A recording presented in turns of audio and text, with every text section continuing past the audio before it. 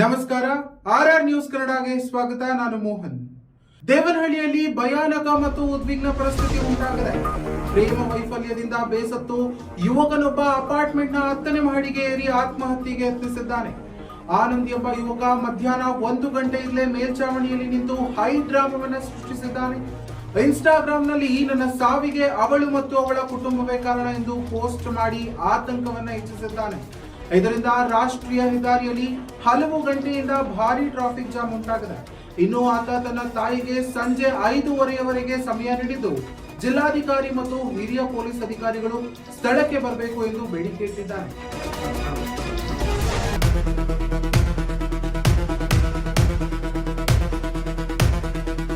ದೇವನಹಳ್ಳಿ ಪಟ್ಟಣದಲ್ಲಿ ಪ್ರೇಮ ವೈಫಲ್ಯ ಹಿನ್ನೆಲೆಯಲ್ಲಿ ಆತ್ಮಹತ್ಯೆ ಯತ್ನ ಪ್ರಕರಣ ಗಂಭೀರ ತಿರುವು ಪಡೆದುಕೊಂಡಿದೆ. ಹೌದು, ಆನಂದ್ ಎಂಬ ಯುವಕ ರಾಷ್ಟ್ರೀಯ ಹೆದ್ದಾರಿ ಪಕ್ಕದಲ್ಲಿರುವ ಆಂಜಿನಪ್ಪ ಹೋಟೆಲ್ ಬಳಿ ಇರುವ ಅಪಾರ್ಟ್ಮೆಂಟ್ನ 10ನೇ ಮಹಡಿಗೆ ಏರಿ ಆತ್ಮಹತ್ಯೆ ಮಾಡಿಕೊಳ್ಳುವುದಾಗಿ ಬೆದರಿಕೆ ಹಾಕಿದ್ದಾನೆ.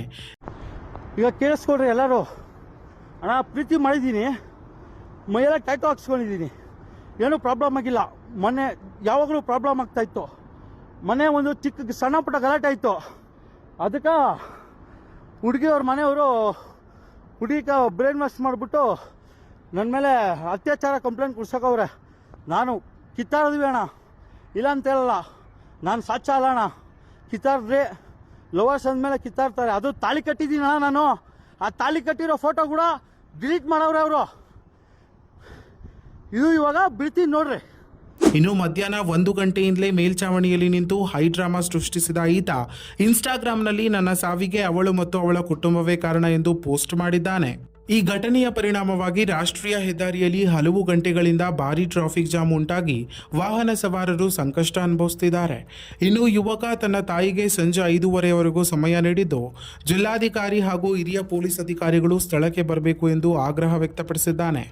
ದೇವನಹಳ್ಳಿ ಗ್ರೀನ್ ಪಾರ್ಕ್ ರೆಸ್ಟೋರೆಂಟ್ ಸಮೀಪ ಘಟನೆ ನಡೆದಿದ್ದು, ಸ್ಥಳದಲ್ಲಿ ಜನಸಮೂಹ ಕೂಡಿಕೊಂಡಿದೆ. ಇನ್ನು ಪೊಲೀಸರು, ಅಗ್ನಿಶಾಮಕ ದಳ ಮತ್ತು ರಕ್ಷಣಾ ತಂಡಗಳು ಯುವಕನನ್ನ ಮನವೊಲಿಸುವ ನಿರಂತರ ಪ್ರಯತ್ನ ನಡೆಸುತ್ತಿದ್ದು, ಯಾವುದೇ ಅನಾಹುತ ಸಂಭವಿಸದಂತೆ ಕಾವಲು ಹೆಚ್ಚಿಸಲಾಗಿದೆ. ಅವನ್ಗ ಪ್ರಾಬ್ಲಮ್ ಹಿಂಗಂತ ನಮ್ಗೆ ಹೇಳಿಲ್ಲ. ಏನೋ ಅವ್ನಿಗೆ ಪ್ರಾಬ್ಲಮ್ ಆಗಿ ಅವ್ನಿಗೆ ನೋವಾಗಿರೋದಕ್ಕೆ ಅವನು ಇವಾಗ ಸುಮಾರು ಇಷ್ಟು ನೋವು ಅನ್ಭವಿಸಿದ್ರು ಅವನು ಯಾವತ್ತೂ ಸೂಸೈಡ್ ಅಟ್ಯಾಕ್ ಮಾಡ್ಕೊಂಡಿಲ್ಲ. ಇದೇ ಫಸ್ಟ್.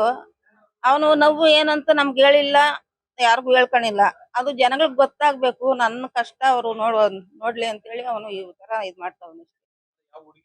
ಹುಡುಗಿ ನಮ್ಮ ವೇರಿಯನೇ.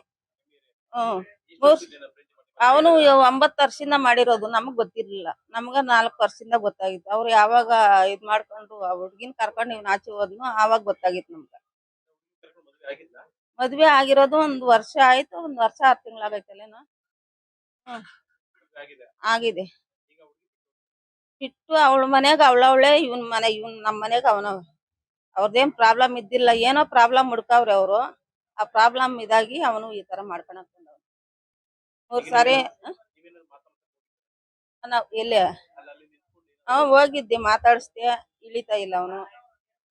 ನನಗ್ ನ್ಯಾಯ ಕೊಡ್ಸ್ರಿ, ನ್ಯಾಯ ಬೇಕು ನನ್ ಕಡೆ. ACP ಸರ್, DC ಸಾಹೇಬ್ ಬರ್ಲಿ, ನಾನು ಮಾತಾಡ್ತೀನಿ. ಅವ್ರ ನ್ಯಾಯ ಕೊಟ್ರೆ ನಾನು ಕೆಳಗಡೆ ಬರ್ತೀನಿ, ಇಲ್ಲಾಂದ್ರೆ ನಾನು 5:30ವರೆಗೂ ನನ್ನ ಟೈಮು.